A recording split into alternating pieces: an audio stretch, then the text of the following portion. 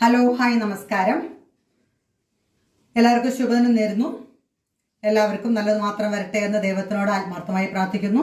ഇന്ന് ഞാൻ തയ്യാറാക്കാൻ പോകുന്നത് കുറച്ച് നത്തൊലി കിട്ടി. നത്തൊലി കൊണ്ട് ബിരിയാണി ഉണ്ടാക്കാമെന്ന് വിചാരിച്ചു. അതിനുവേണ്ടി ആദ്യം നമ്മൾ തയ്യാറാക്കുന്നത് ഒരു പേസ്റ്റാണ്. ഇത് നമ്മൾ മല്ലിയില, പുതിനയില, ഇഞ്ചി, വെളുത്തുള്ളി, പച്ചമുളക് ഇതെല്ലാം ചേർത്ത് ഒരു പേസ്റ്റ് ആദ്യം നമുക്ക് തയ്യാറാക്കി വയ്ക്കാം. പിന്നെ പേസ്റ്റ് ആക്കുന്നതിന് മുമ്പ് നമുക്ക് ഈ നത്തോലിയെ ഒരു ഫ്രൈ ചെയ്യാൻ വേണ്ടിയിട്ട് കുറച്ച് മസാല ചേർത്ത് റെഡിയാക്കി വയ്ക്കാം. ഇന്നത്തെ റെസിപ്പി എല്ലാവർക്കും ബിരിയാണി എന്ന് പറഞ്ഞ ഒരു പ്രത്യേക ഇഷ്ടമാണ്. ഈ തലമുറകൾക്ക് പഴയ ആളുകൾക്ക് ബിരിയാണി ഇഷ്ടമല്ലെങ്കിലും പുതിയ തലമുറയ്ക്ക് ബിരിയാണി ഭയങ്കര ഇഷ്ടമാണ്. അപ്പോൾ ഒന്ന് നത്തോലി കിട്ടിയപ്പോൾ നത്തോലി ബിരിയാണി ഉണ്ടാക്കാമെന്ന് വിചാരിച്ചു. കുറേ പേരായി പറയണു, കമൻറ്റ് ബോക്സിൽ ഇവിടെ കാണാറുണ്ട്, നിങ്ങൾ ഇടയ്ക്കൊന്ന് ലൈവിൽ വരണം കാണാറുണ്ട്. അത് നമ്മൾ ചിലപ്പോൾ ഒരു മടി തോന്നും. പ്രത്യേകിച്ചൊന്നുമില്ല, നമ്മൾ അതിനായിട്ടുള്ള സെറ്റിങ്സൊക്കെ ശരിയാക്കണ്ടേ എന്നുള്ള ഉദ്ദേശത്തിൽ വളരെ ഈസി ആയിട്ടൊരു വീഡിയോ വിടാം എന്നുള്ള ഉദ്ദേശത്തിലൊന്നും ഫേസ് കാണിക്കാതിരിക്കണമെന്നേ ഉള്ളൂ. എന്തായാലും നിങ്ങളുടെ എല്ലാവരുടെയും സ്നേഹമായിട്ടുള്ള സപ്പോർട്ടിങ്ങിന് ഒത്തിരി സ്നേഹമുണ്ട് തിരിച്ചും. അതുകൊണ്ട് ഈ സപ്പോർട്ടിങ് ഇനിയും തുടരണം. നിങ്ങളെല്ലാവരും വീഡിയോ ഇഷ്ടമായിട്ട് ഉണ്ടെങ്കിൽ നിങ്ങൾ അതിനെയൊക്കെ ഷെയർ ചെയ്ത് നിങ്ങളുടെ കുടുംബങ്ങളിലേക്കും നിങ്ങളുടെ ഫ്രണ്ട്സുകൾക്ക് എത്തിച്ച് സപ്പോർട്ട് ചെയ്യൂ. നിങ്ങളെല്ലാവരുടെയും സ്നേഹമായിട്ടുള്ള സപ്പോർട്ടിങ് ഞാൻ ഇനിയും പ്രതീക്ഷിക്കുന്നു. ഇനി നമുക്ക് ബിരിയാണി ഉണ്ടാക്കാൻ തുടങ്ങാം. സംസാരിച്ച് കുറേ സമയം കളഞ്ഞ് നിങ്ങൾക്ക് ബോറടിപ്പിക്കുന്നില്ല. നമുക്കിനി എങ്ങനെ നത്തോലി ബിരിയാണി ഉണ്ടാക്കുന്നു എന്ന് കാണാം. ആദ്യം നമുക്ക് ചെമ്മീനെ വറുക്കാൻ വേണ്ടിയിട്ട്, നത്തോലി വറുക്കാൻ വേണ്ടിയിട്ട് ഒരു മസാല റെഡിയാക്കാം.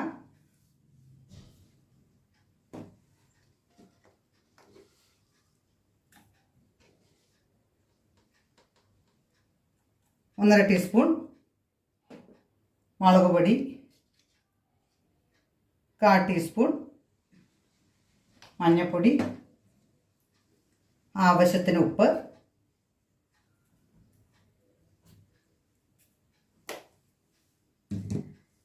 ഇനി അതിലേക്ക് 1 ടീസ്പൂൺ 1/2 ടീസ്പൂൺ കോൺഫ്ലവർ,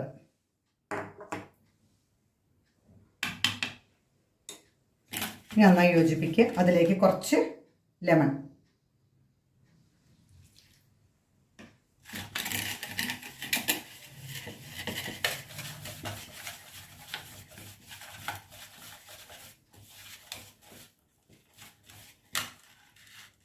ഇതിലേക്ക് നത്തോലി ഇടാം.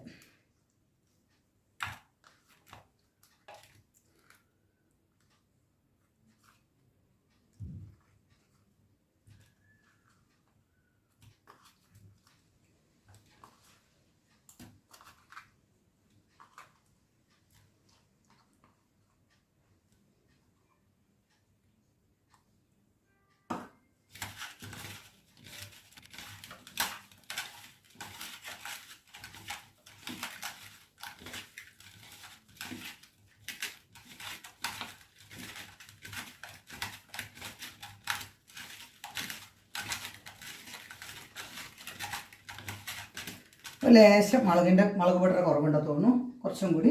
അപ്പോൾ 2 ടീസ്പൂൺ നമുക്കിടാം. 1/2 ടീസ്പൂൺ ഇട്ടു, 1/2 ടീസ്പൂൺ കൂടി ഇട്ടു. എരിവ് നമുക്ക് ആവശ്യാനുസരണം കൂട്ടാൻ കുറയ്ക്കാം. നമുക്കധികം വേണ്ട. ഇനി ചെറിയ കുട്ടികളൊക്കെ വീട്ടിലുണ്ടെങ്കിൽ ബുദ്ധിമുട്ടാവും, അതുകൊണ്ട് കുറച്ച് മതി. ഇനി നമ്മൾ ഒരു 10 മിനിറ്റ് റെസ്റ്റ് ചെയ്യാൻ വയ്ക്കണം.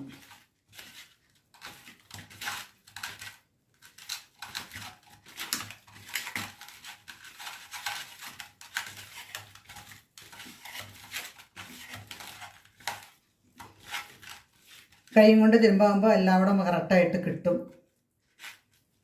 ചിലവർക്ക് കൈ ഉപയോഗിക്കുമ്പോൾ ബുദ്ധിമുട്ടുണ്ടെങ്കിൽ സ്പൂണും കൊണ്ട് ഉപയോഗിക്കാം. പക്ഷേ നമ്മുടെ മീനിൻ്റെ എല്ലാ ഭാഗത്തേക്കും നേരാവണ്ണം മസാലകൾ എടുക്കണമെന്നുണ്ടെങ്കിൽ നമ്മൾ കൈ കൊണ്ട് ചെയ്താലാണ് കറക്റ്റ് കിട്ടുള്ളൂ. അതിലാണ് നമ്മുടെ ടേസ്റ്റ്. നമ്മൾ ബിരിയാണി കഴിക്കുന്ന സമയത്ത് ഫിഷ് കഴിക്കുമ്പോൾ അതിലുള്ള ടേസ്റ്റ് നമുക്ക് എടുക്കാനും അതേമാതിരി സഹിക്കുള്ളൂ. ഇനി ഇത് നമുക്ക് ഒരു 10-15 മിനിറ്റ്, ഇനി എത്രത്തോളം വെക്കണോ ദോഷമൊന്നുമില്ല. എന്തായാലും ഇപ്പോൾ നമ്മൾ ബിരിയാണി ഉണ്ടാക്കുന്ന സമയത്ത് അത്ര സമയം ഉണ്ടായിക്കൊള്ളണമെന്നില്ല. ഒരു 15 മിനിറ്റ് 10 മിനിറ്റ് എന്തായാലും വയ്ക്കും. ഇനി ഇത് റെസ്റ്റ് ചെയ്യണം. ആ സമയം കൊണ്ട് നമുക്ക് ഇതൊന്ന് പേസ്റ്റ് രൂപേണ അരച്ചു കൊണ്ടുവരാം. ഇനി നമുക്കിത് പേസ്റ്റ് രൂപേണ അരച്ചെടുക്കാം.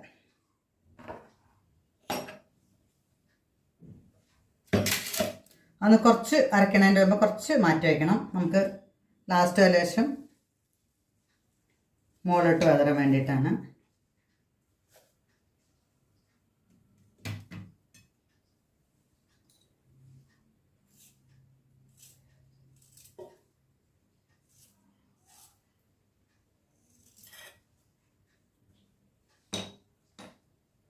പച്ചമുളക്, കാരണം നമ്മളിതിൽ പച്ചമുളക് മാത്രമേ ചേർക്കുള്ളൂ. അതുകൊണ്ട് എരിവിൻ്റെ അനുസരിച്ച് നമുക്ക് കൂട്ടാ കുറയ്ക്കാം.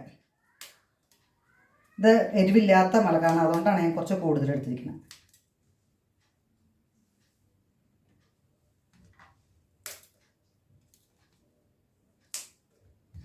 ഇപ്പോൾ അത് അരച്ച് കുറച്ച് പേസ്റ്റ് അധികം ഉണ്ടെങ്കിൽ നമുക്കത് എടുത്ത് വെച്ച് പിന്നീട് ഉപയോഗിക്കുകയും ചെയ്യാം. ഇത് മിക്സിയിൽ അരക്കണ സമയത്ത് വെളുത്തുള്ളി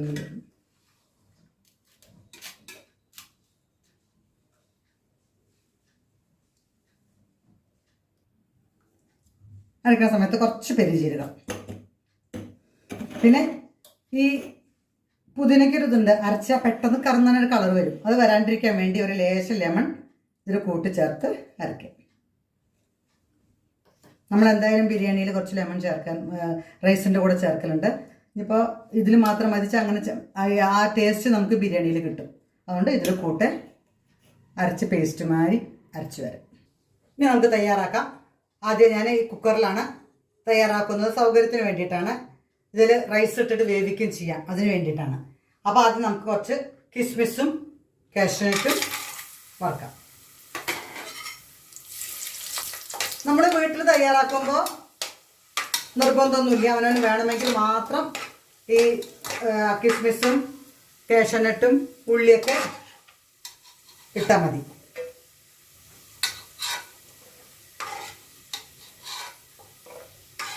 അപ്പോൾ വീഡിയോ കാണിക്കാൻ വേണ്ടി മാത്രം ചെയ്യാണ്. ഇല്ലെങ്കിൽ ഞാൻ ഡെയിലി നമ്മൾ വീട്ടിൽ തയ്യാറാക്കുന്ന സമയത്ത് ഇതൊക്കെ നമുക്ക് അവോയ്ഡ് ചെയ്യാം.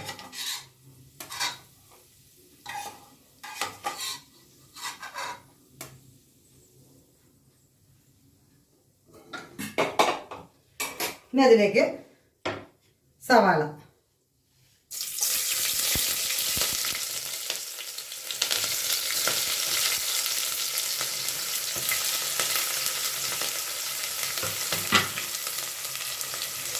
ഗോൾഡൻ ബ്രൗൺ ആവുന്ന വരെ വറുക്കുക.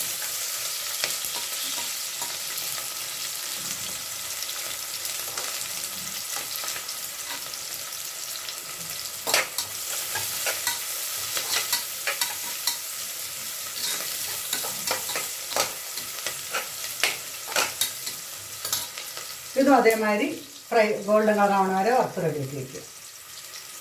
ഇത് നമുക്ക് നെയ്യിൽ ചെയ്യാം, ഡാൽഡയിൽ ചെയ്യാം, സൺഫ്ലവർ ഓയിലിൽ ചെയ്യാം, വെളിച്ചെണ്ണയിൽ ചെയ്യരുത്. കാരണം നമ്മൾ ഫിഷിലൊക്കെ ഉപ്പിട്ട് ചേർത്തിട്ടുണ്ട്. ഇത്രയും മതി. ഒരു പിഞ്ച് ഉപ്പും കൂടി ഇടുന്നുണ്ട്, പക്ഷേ കുറച്ച് കുറവ് കാണിക്കുന്നുണ്ട്. നമ്മൾ മുഴുവൻ ഇതിലിടുന്നില്ല, മീനിലുണ്ടാവുന്നുണ്ട്. ഇനി നമ്മൾ കഴുകി വാർത്തി വെച്ച അരി ഇതിലിടുക.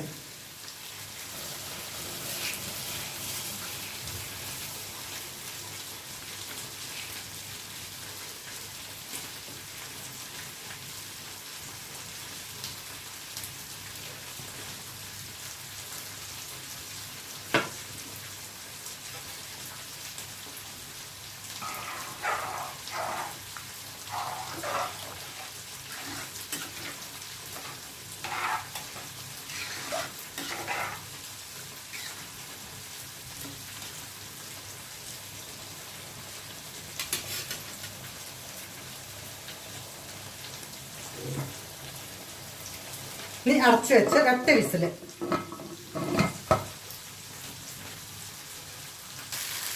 ആ വിസിൽ വരുന്ന സമയം കൊണ്ട് നമുക്കത് ഫ്രൈ ചെയ്യാം.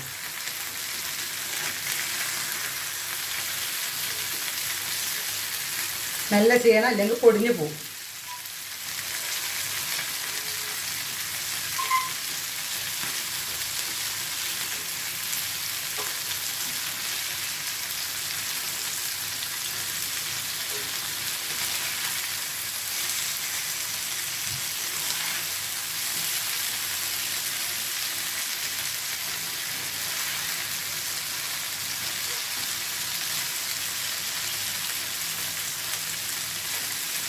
നത്തോലിയിലെ മുള്ള് നമുക്ക് കടിച്ച് തിന്നാൻ പറ്റുന്നതാണ്. അതുകൊണ്ട് ബിരിയാണിയിൽ സൂപ്പറാണ് നത്തോലി ബിരിയാണി.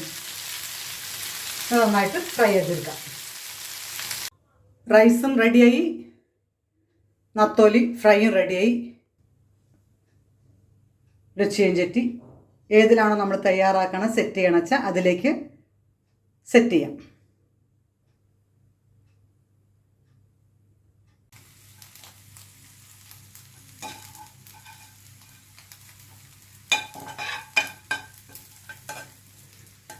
ഞാൻ ഒരു ലെയർ ഇടുന്നുള്ളൂ. നിങ്ങളുടെ നത്തോലിയുടെ ക്വാണ്ടിറ്റി അനുസരിച്ചിട്ട് പിന്നെ ആളുകളുടെ എണ്ണം അനുസരിച്ചിട്ട് ലെയർ കൂടുതലാക്കാം.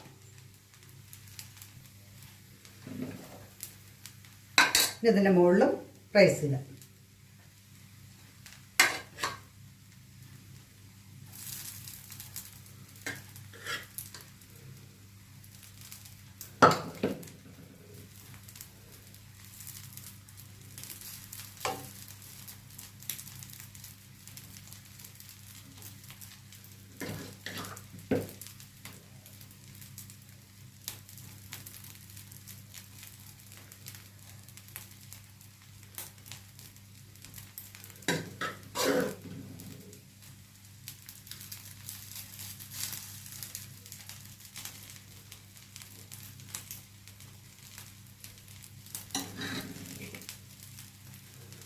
മല്ലിയില,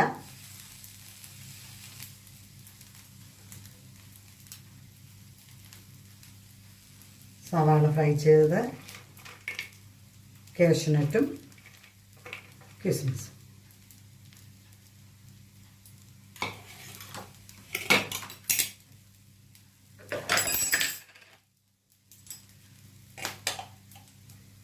കുറച്ച് നെയ്യ്, കുറച്ച് മതി.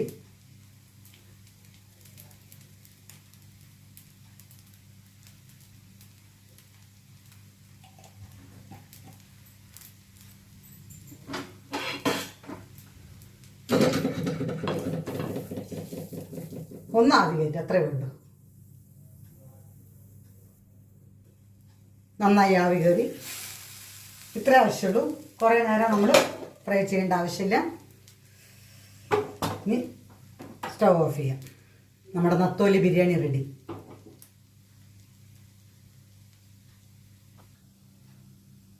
നത്തോലി ബിരിയാണി വളരെ ടേസ്റ്റോട് കൂടിയിട്ടുള്ള, ഫിഷിലെ മറ്റേതിലൊക്കെ മുള്ളെടുത്ത് കളയണം, ഇതിലൊന്നും നമുക്ക് എടുത്ത് കളയാനില്ല. അങ്ങനെ നമുക്ക് വീട്ടിൽ ബിരിയാണി തിന്നാൻ തോന്നുന്ന സമയത്ത് വീട്ടിൽ തന്നെ തയ്യാറാക്കൂ. ഇത്രയേ വേണ്ടൂ. അടിപൊളി ടേസ്റ്റ് നത്തോലി ബിരിയാണി. നിങ്ങളും കാണണം, തയ്യാറാക്കണം. സപ്പോർട്ടിങ് പ്രതീക്ഷിക്കുന്നു. ഇഷ്ടപ്പെട്ട് ലൈക്ക് ചെയ്യാൻ മറക്കരുത്, ഷെയർ ചെയ്യാൻ മറക്കരുത്. അടുത്ത വീഡിയോ വരുന്നവരെ ഓക്കെ, താങ്ക് യു, ബൈ.